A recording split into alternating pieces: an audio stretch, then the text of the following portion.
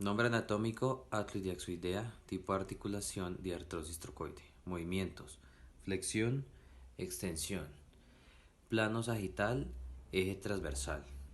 Inclinación izquierda, inclinación derecha. Plano coronal, eje anterior y rotación izquierda, rotación derecha. Plano transversal, eje radial. Vamos a hablar de la parte del tronco.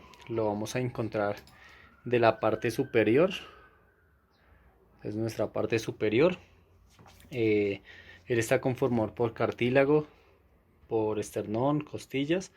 Podemos hablar que la articulación de la columna es sínfisis. En el tórax podemos hablar de tres grupos. Entonces en las costillas encontramos con las vértebras un corte transversal. Las articulaciones de los cartílagos son y costales con el esternón. Podemos hablar del estomocostales, articulación torácica. Podemos hablar del cotocondrales, intercondrales y extermales. En la columna, el eje central con el tórax, podemos evidenciar que en el plano eh, es donde nos divide la parte del centro, donde podemos hablar de una derecha o una izquierda, y el plano sagital, que lo podemos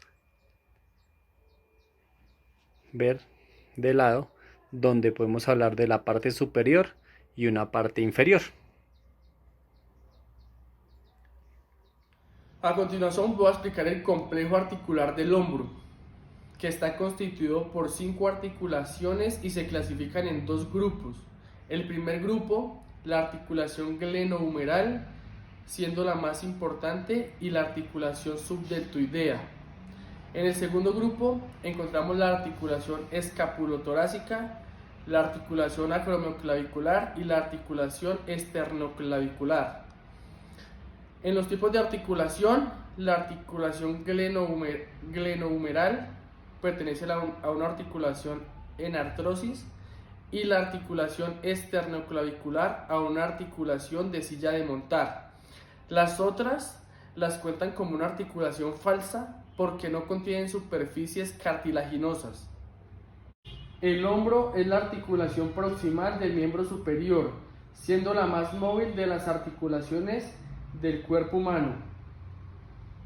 En el eje transversal permite los movimientos de flexión y extensión realizados en el plano sagital. En el eje anteroposterior permite los movimientos de abducción y aducción realizados en el plano frontal. En el eje longitudinal del húmero permite la rotación interna y externa del brazo desde el plano transversal. El codo está conformado por tres articulaciones, las dos primeras con su nombre anatómico, húmero radial y húmero cubital. Permiten flexión y extensión en el plano sagital y en el eje transversal.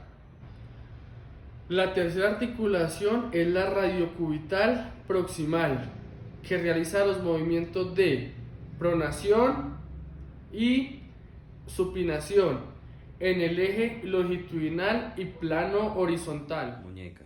Nombre anatómico: radiocarpiana, tipo de articulación sinovial condilia. Movimientos: flexión, extensión.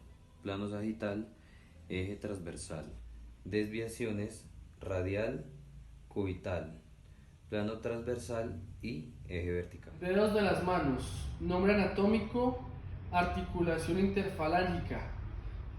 Tipo: troclear, es decir, posee un solo grado de libertad. Posee un eje transversal en torno al cual se efectúan los movimientos de flexión y extensión en el plano sagital. Vamos a ir un poco a la parte media de nuestro cuerpo, la cadera.